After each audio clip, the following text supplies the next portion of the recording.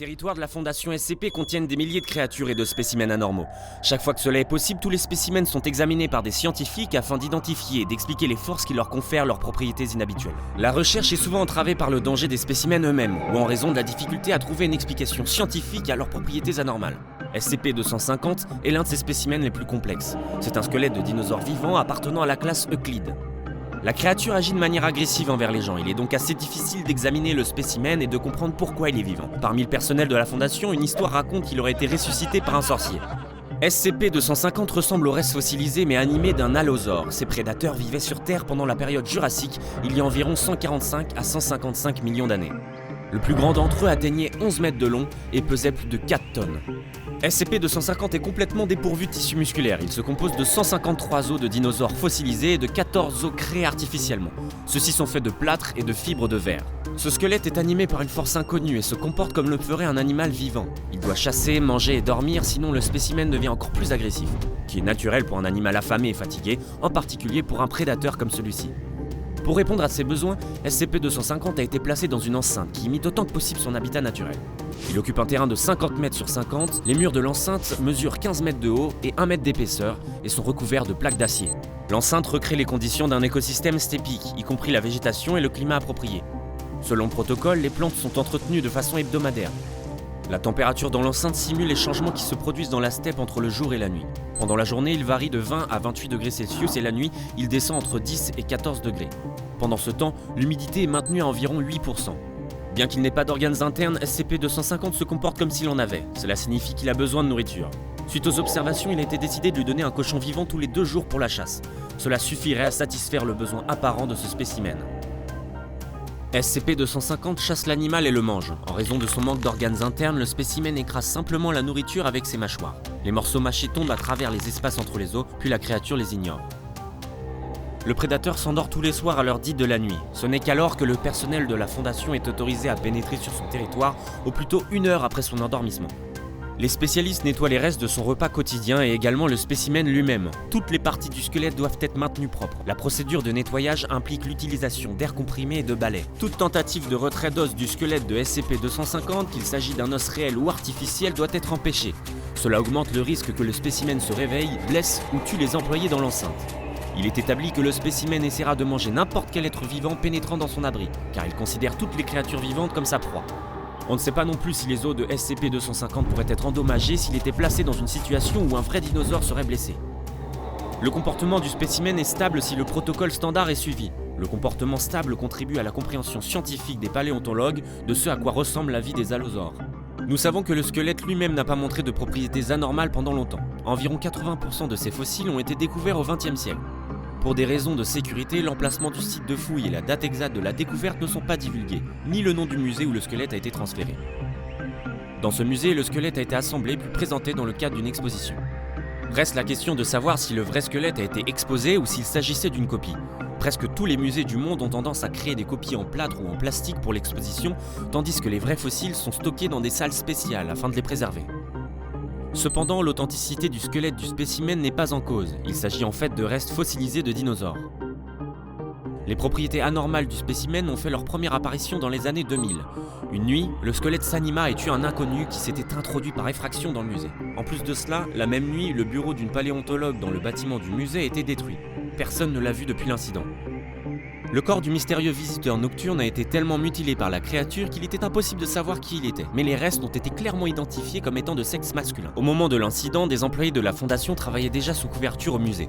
Ils ont fait venir un groupe d'intervention pour neutraliser SCP-250 et supprimer toutes les séquences de surveillance qui auraient pu montrer que le squelette prenait vie.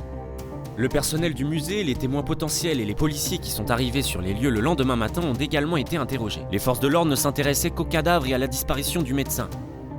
La disparition au sein de l'exposition a été signalée comme une raison possible pour qu'un intrus s'introduise dans le musée. Toutes les personnes interrogées ont été considérées comme amnésiques. Le personnel de la Fondation a également fouillé le bureau saccagé du médecin et a fouillé ses effets personnels.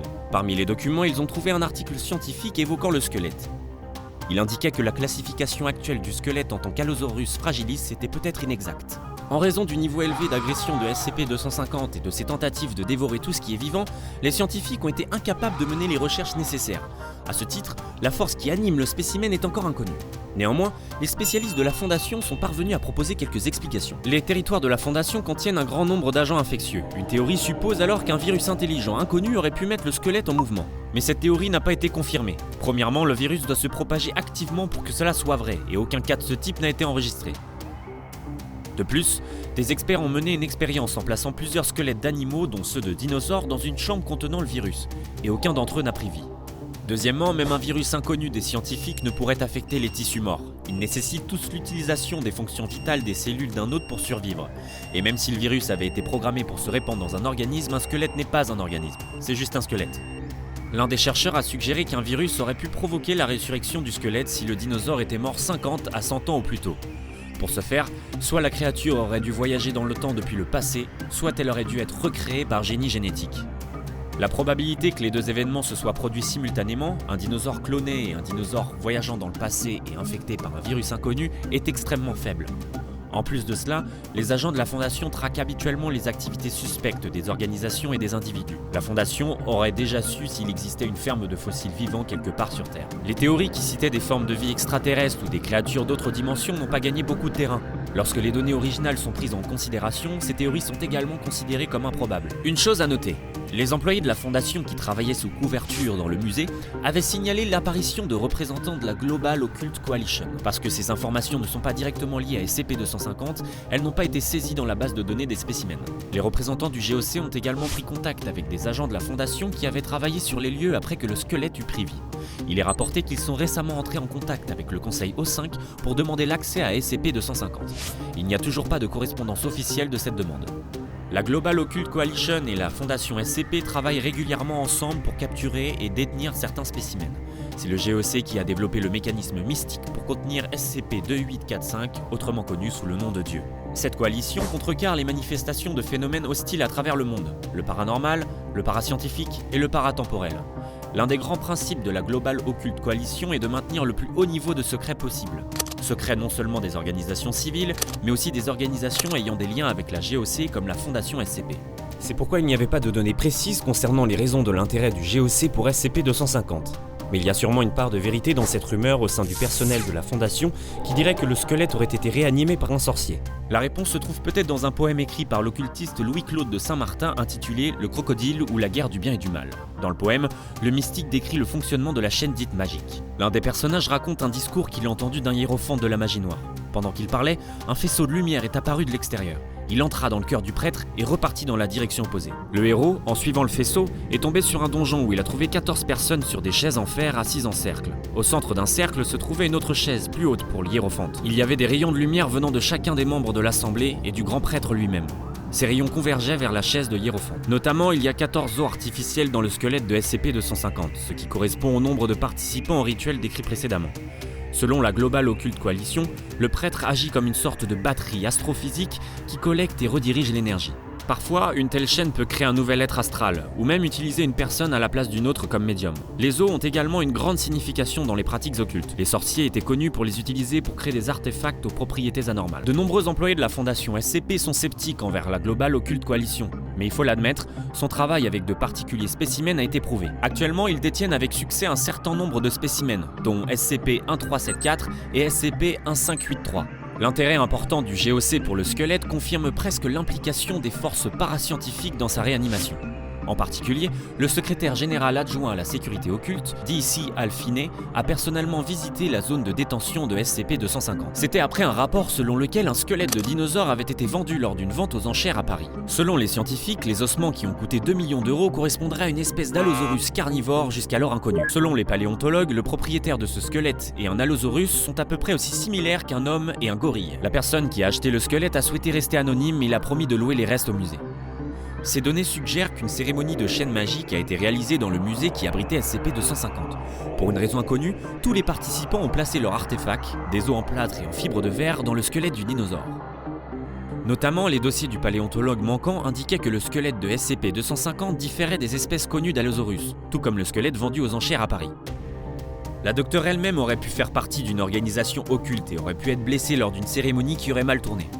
Ou bien elle aurait pu tomber sur ce groupe mystérieux effectuant leur rite dans le musée et être éliminée par eux.